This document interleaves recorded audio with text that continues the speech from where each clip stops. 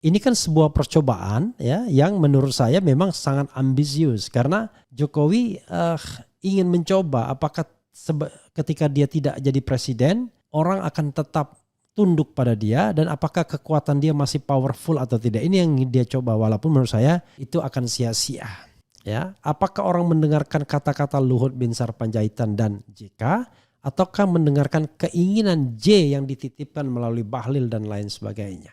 Atau seperti sumber saya mengatakan sebenarnya LBP cuma basa-basi saja mengatakan demikian. Jadi belok sen kanan belok kiri. Skenario mengatakan bahwa kerjasama Luhut dengan Jokowi dan lain sebagainya itu dalam rangka memupuk Jokowi untuk menjadi pemimpin Indonesia. Jadi talent scoutingnya Luhut sendiri bukan Jokowi yang kemudian naik begitu saja. Jadi Luhut.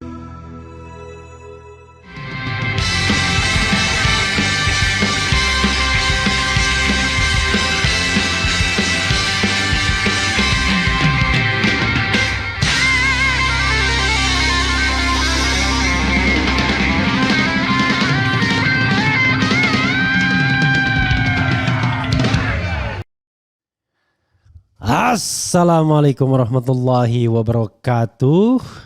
Sobat RH sekalian, jumpa lagi kita di channel yang keren ini.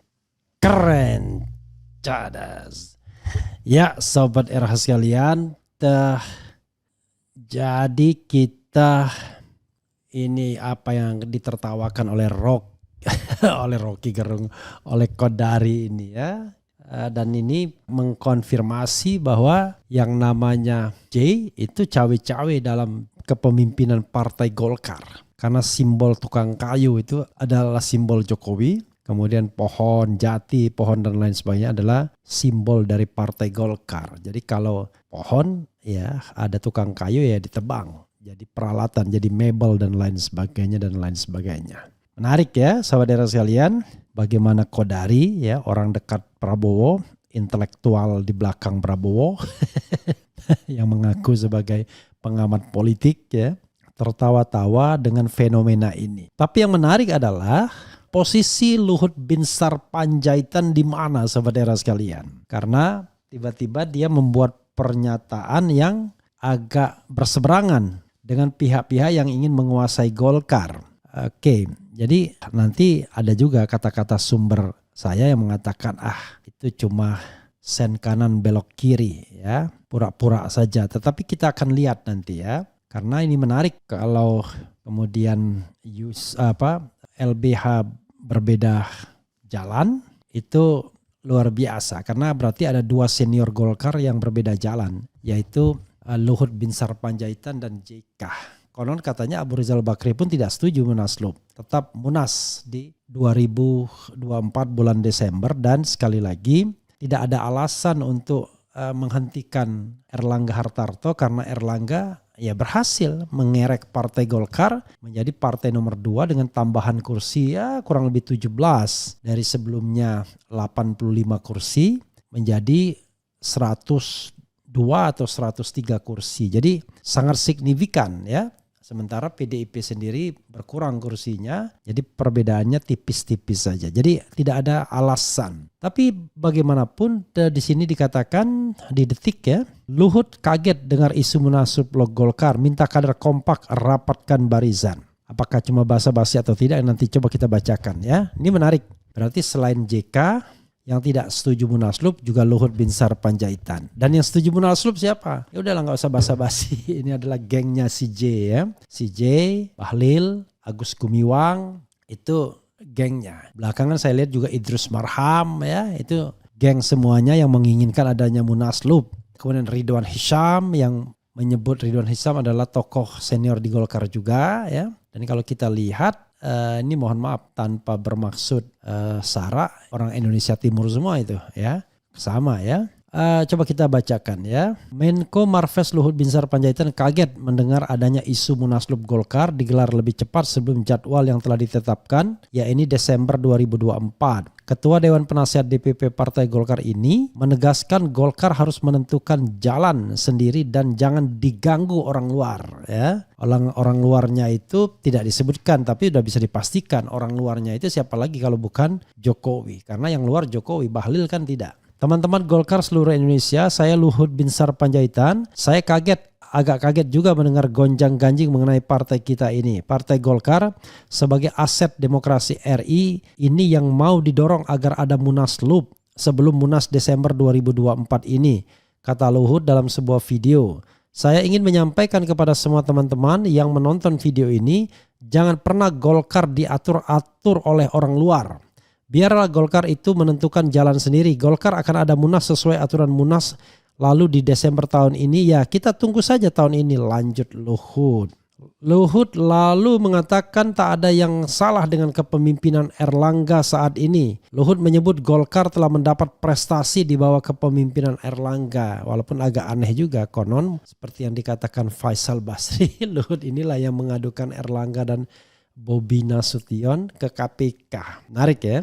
Yang kedua, saya ingin sampaikan apa yang salah dengan Ketum Golkar. Saudara Erlangga, saya di kabinet sama-sama dengan dia. Dia melaksanakan tugas yang baik dan menurut saya Golkar dalam kepemimpinan dia itu mencapai prestasi yang cukup baik, ucapnya. Kalau ukurannya kursi iya, tetapi persoalannya sekali lagi Golkar sendiri juga dibos oleh Jokowi juga kan. Luhut mengajak semua kader untuk solid mendukung ADART partai dan mendukung hasil keputusan pada Munas 2023. Ia meminta seluruh kader untuk tidak goyah diatur oleh siapapun. Kita harus kompak di Golkar ini, jangan pernah mau diintimidasi oleh siapapun dari luar untuk tujuan pribadi atau untuk tujuan lain yang membuat Golkar itu jadi tidak solid. Saya imbau kepada semua teman, ayo rapatkan barisan. Mari kita mendukung ADART dan hasil keputusan Munas lalu, apapun Golkar itu tetap harus solid. Saya percaya kita semua akan solid, ujarnya. Luar biasa ya, ini jauh lebih strong dibandingkan JK, karena kalau JK kan hasil interview di Metro TV, tapi ini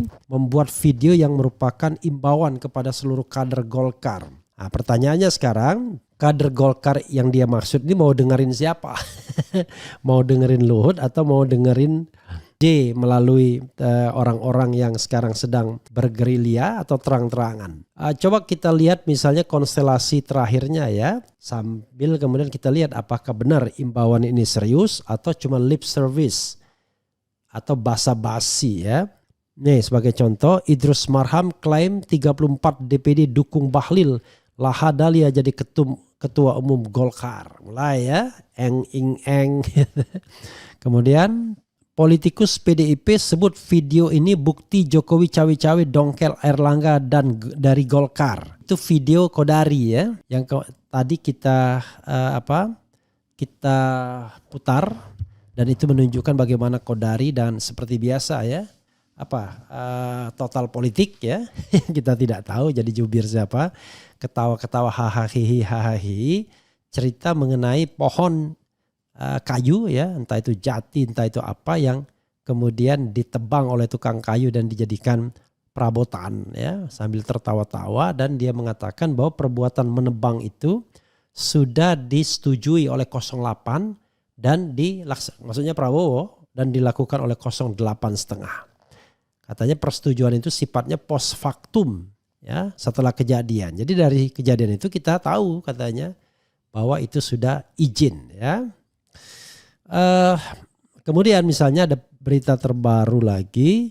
Nih, muncul kabar reshuffle kabinet, sasar menterinya, PDIP buka suara. Jadi reshuffle kabinet ini Sobat RH sekalian, lagi-lagi ya ini terkait dengan Bahlil juga. Karena konon Bahlil akan didorong menjadi menteri ESDM untuk mempercepat izin-izin tambang ormas-ormas keagamaan biar ada backup dukungan, dan kemudian dia akan menjadi ketua umum Golkar tanpa penentangan dari pihak-pihak yang selama ini kritis karena sudah dikasih konsesi tambang, salah satunya itu mungkin ya. Kemudian Bahlil dan Agus Kartasasmita diduga punya masalah yang mirip Erlangga Hartarto. Hati-hati, hati-hati ya.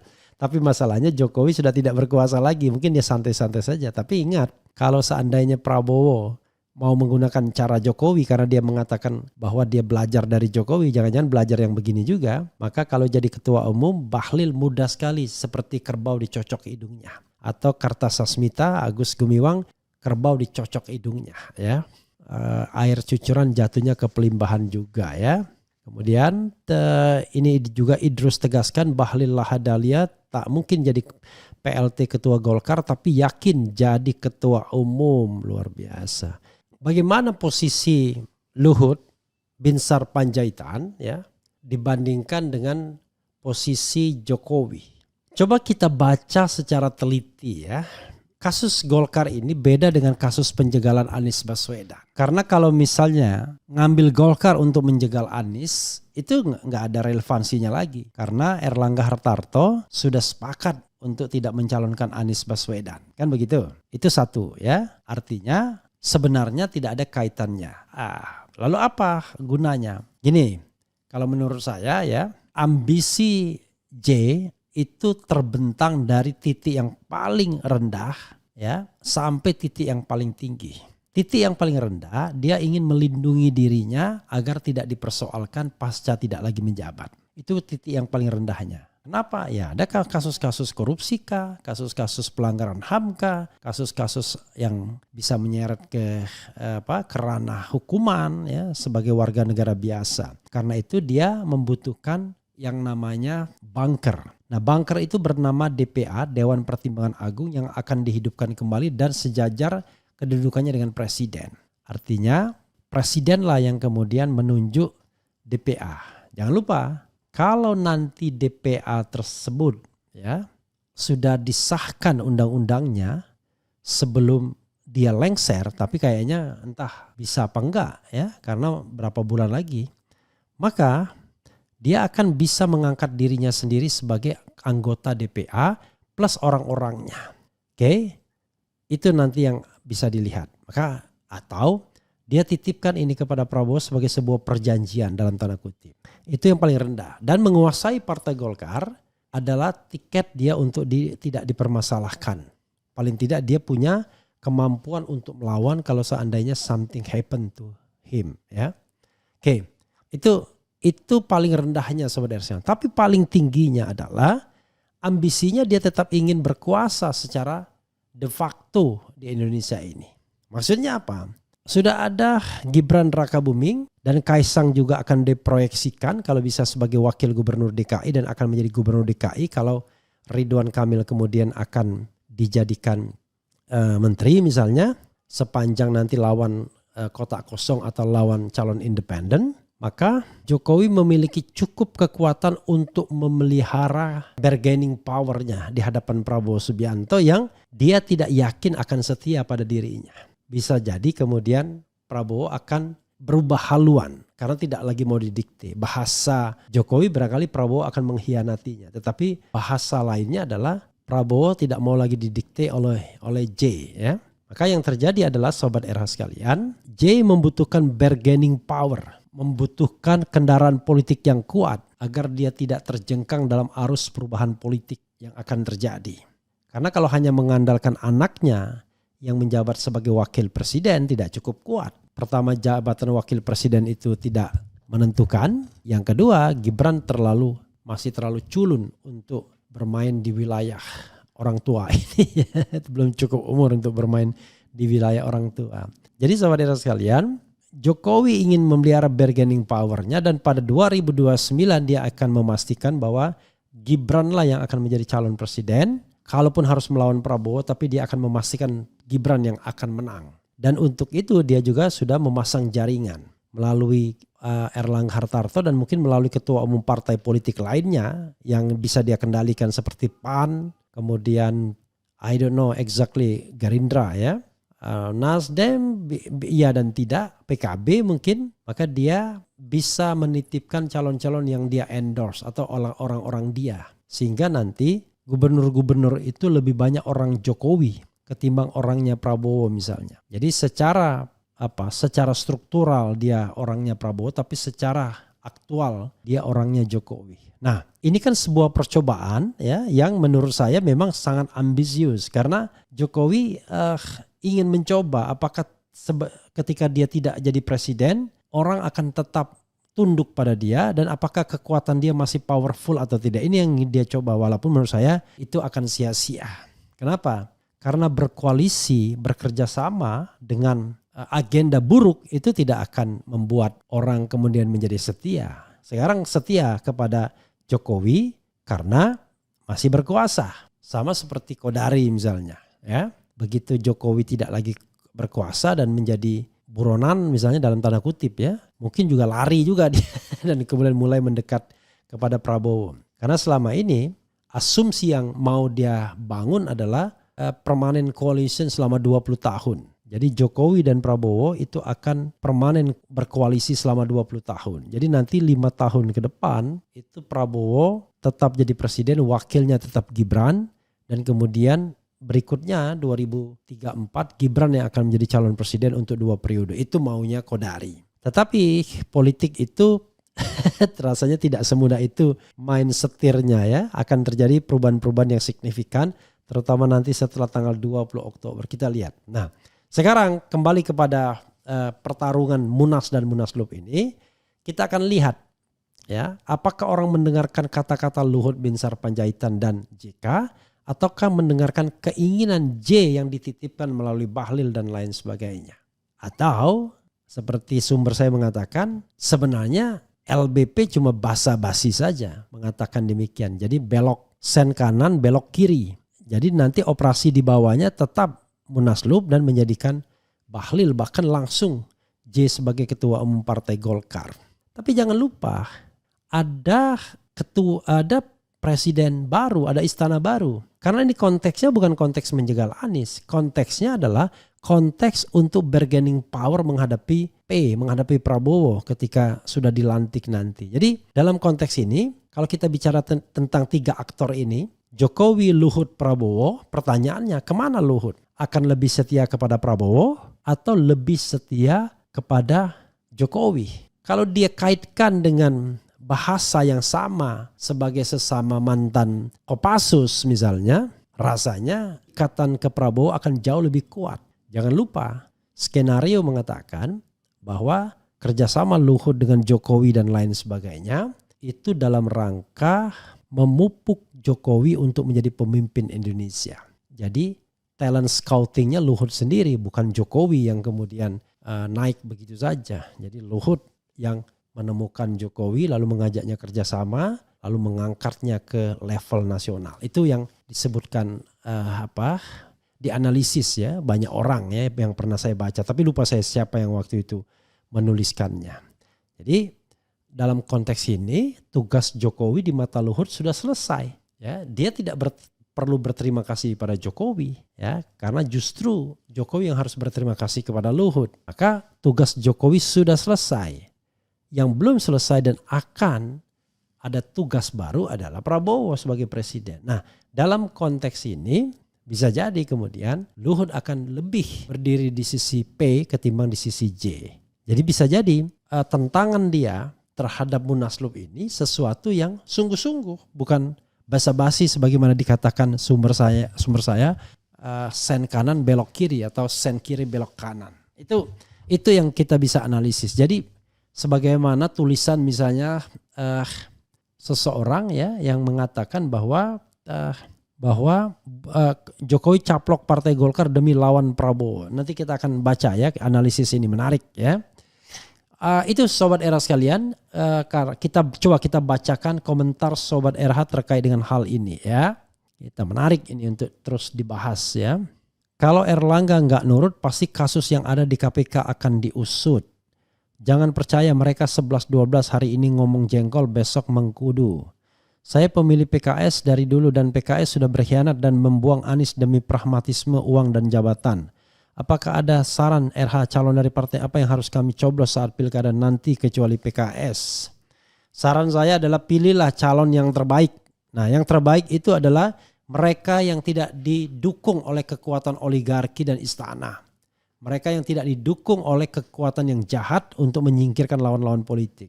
Ridwan Kamil misalnya dimajukan, sorry to say, no Ridwan Kamil, ya. Itu jelas itu, ya, karena Dia menjadi bagian dari konspirasi, mau saja dijadikan boneka untuk menyingkirkan lawan politik ya. Bang, tolong desak Anies untuk bikin partai, tidak ada cara lain selain bikin partai untuk melawan Jokowi Wowo. Nanti Jokowi Wowo akan ribut sendiri. Nggak usah ada apa-apa, akan ribut sendiri ya. Karena the nature kerjasama hal yang buruk itu tidak akan langgeng ya. Kemudian ini hanya basa-basi saja dari LBP. Bacalah secara terbalik statementnya. Sudahlah, Golkar itu memang skoci disiapkan untuk Jokowi dan keluarganya. Jokowi panik takut namanya meredup setelah lengser. Ya, tetapi sobat era sekalian, politik itu tidak sesederhana itu. Kenapa? Karena tadi saya katakan ada perhitungan lain selain basa-basi. Bahwa bagi Luhut, Jokowi sudah selesai tugasnya. Nah, yang baru itu adalah Prabowo. Prabowo sama-sama Kopassus ya, sama-sama TNI dan lain sebagainya. Jadi bisa jadi Luhut pun berpikir tidak perlu lagi, dia tidak membutuhkan Jokowi lagi.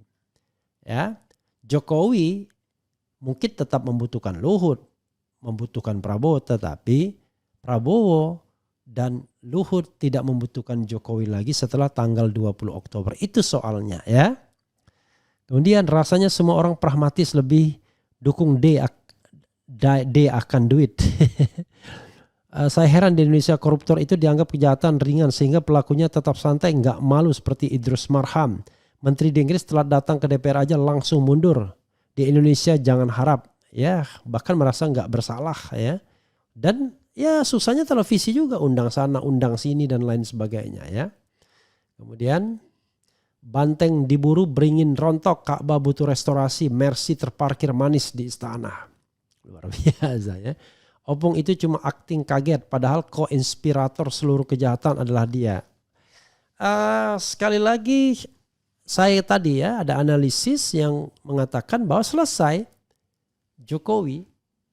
Nah sementara J membutuhkan untuk menghadapi Prabowo nantinya. Ada salam dari Kodari. Ketawa. Tebak-tebakan saja siapa yang akan menggantikan Erlangga, Bahlil, Gibran atau Jokowi sendiri yang maju. Kita akan lihat kali ini apakah Jokowi cuma berani main wayang atau berani menjadi dalang.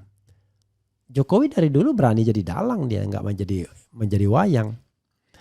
Tidak salah Ebit GAD menyuruh kita bertanya pada rumput yang bergoyang karena saat ini susah, tidak ada yang bisa dipercaya. Bang, PLT Ketum itu berhak ganti calon kepala daerah yang sudah terlanjur diusulkan atau tidak? Mohon penjelasan Bang RH. Ya PLT ya berhak lah ya mau mengganti dan lain sebagainya. Tetapi apakah berani lawan Pak D, itu aja masalahnya. Hati-hati musuh dalam selimut. Setelah Anies dibuang, Mardani sering omong-omong PKS itu partai berbasis nilai dan kader. Setahu RH apa sih value yang dimaksud Mardani? Apakah itu pragmatisme dan dukung dinasti, nepotisme dan kecurangan? I don't know exactly ya. Tapi kalau Anda misalnya ya, kalau Anda misalnya menginginkan bahwa orang seperti Mardani akan setia kepada Anies ketimbang PKS, ya salah. Orang-orang kader PKS itu sangat PKS minded. Jadi bagi mereka Anies bukan siapa-siapa. Nah cuma yang mereka kurang sadar adalah banyak pendukung Anies yang memilih PKS terutama di Jakarta. Ya. Termasuk saya misalnya. Saya sih sebenarnya bukan orang yang misalnya ada favoritisme kepada tokoh dan kepada partai. Saya hanya mendorong orang yang berani melawan kekuasaan yang zolim itu aja. Demi amar ma'ruf nahi mungkar. Saya lihat Jokowi, Prabowo ya dan mulai jadi zolim. Karena itu harus dilawan. Baik di pilkada maupun di front-front lainnya. Kan begitu. Kemudian apalagi nih, Golkar partai besar yang bisa imbangi PDIP dan Gerindra maka akan main bila ada di dalamnya, kita lihat siapa ordal ya. Maka akan aman bila ada di dalamnya, kita lihat siapa ordal. Semoga Pak Prabowo diberikan kesehatan dan panjang umur bisa bertugas sampai selesai berkolaborasi dengan Pak Anies. I don't know exactly ya. Saya sih sebenarnya lebih pesimis ya sebenarnya. Kemudian biarkan mereka saling cakar hingga bangsa ini bubar. Enggak jangan dong masa hingga bangsa ini bubar. Kalian yang gak pilih PKS kemarin gak usah keluar-keluar. Salah kalian memilih partai lain. Kalau PKS dapat 20% suara di DKI, PKS bisa usung sendiri bersama kadernya. Kemudian, hal berbahaya di generasi Z saat ini adalah nepotisme dianggap hal yang biasa dan wajar. Tidak sadar betapa berbahayanya nepotisme tersebut di sebuah tatanan negara. Ada apa dengan Golkar ya? Saya bertakon-takon Bang Refli. Takon-takon. Jaket cadas belinya gimana Bang? Waduh, saya ya nantilah ya. Saya tidak mau jual lagi, malas lagi ya. Saya biasanya cuma kasihkan ke narsum-narsum saja. Tapi ya nanti cobalah nanti ya. Saya coba hubungin saja nomor telepon yang tertera di about atau tentang di channel saya ya. Kalau memang mau. Itu sobat R sekalian, dunia sendagura. Kalian yang enggak oke. Kata yang paling populer, zolim. Undang podcast Habib Abu Bakar Bang. Dibesarkan oleh Golkar, dihianati oleh PDIP, dijinakkan oleh kekuasaan. Bang, jaketnya kuning, abang mau jadi ketum Golkar kah? Saya sudah bilang, ini jaket Go Anies ya. Sempalan Golkar yang mendukung Anies Baswedan ya. Dikasihkan oleh Sirajuddin Wahab kepada saya. Dan itu bagian dari KIB kuning hijau biru yang merupakan tim pendukung Anies juga ya dalam Pilpres kemarin.